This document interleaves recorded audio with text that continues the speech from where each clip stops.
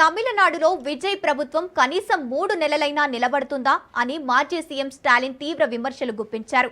తాను 6 నెలల వరకు ప్రభుత్వంపై విమర్శలు చేయవద్దని భావించానని, కానీ తమిళనాడులో పరిస్థితి చేదాటిపోతుందని పేర్కొన్నారు.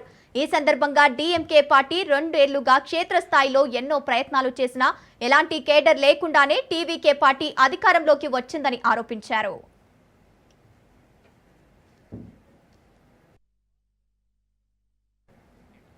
విజయ్ ప్రభుత్వం అధికారంలోకి వచ్చి 3 నెలలు కూడా నిలవగలదా అనే చర్చ తమిళనాడు ప్రజల్లో ఇప్పటికే మొదలైందని వ్యాఖ్యానించారు.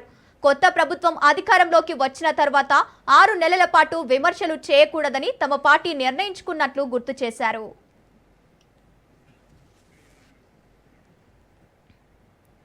టీవీకే ప్రభుత్వం అధికారంలోకి వచ్చినప్పుడు తాము 6 నెలల పాటు ఎలాంటి విమర్శలు చేయబోమని చెప్పామని, అయితే ఆ గడువు పూర్తి కాకముందే రాష్ట్రంలో జరుగుతున్న కొన్ని పరిణామాలు తీవ్ర చర్చనీయాంశంగా మారాయని స్టాలిన్ ఆరోపించారు.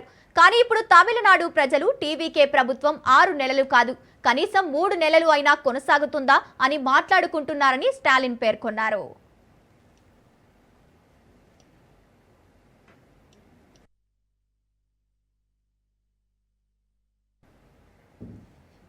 తమిళనాడు ముఖ్యమంత్రిగా విజయ్ బాధ్యతలు చేపట్టిన తర్వాత టీవీకేపై స్టాలిన్ విమర్శలు చేయడం ఇది రెండోసారి. గత నెలలో కూడా ఆయన టీవీకేను ఉద్దేశించి విమర్శలు చేశారు. 2024 లోక్సభ ఎన్నికల ఫలితాలు వెలువడిన వెంటనే 2026 అసెంబ్లీ ఎన్నికల కోసం డీఎంకే సన్నాహాలు ప్రారంభించిందని గుర్తు చేసిన స్టాలిన్, బూత్ స్థాయి ఏజెంట్ల నియామకం, ఓన్రైవైనువోను సభ్యత్వ కార్యక్రమం, యువజన విభాగ ప్రాంతీయ సమావేశాలు, నియోజకవర్గ ఇన్ఛార్జీల నియామకం వంటి కార్యక్రమాలు చేపట్టినట్లు తెలిపారు.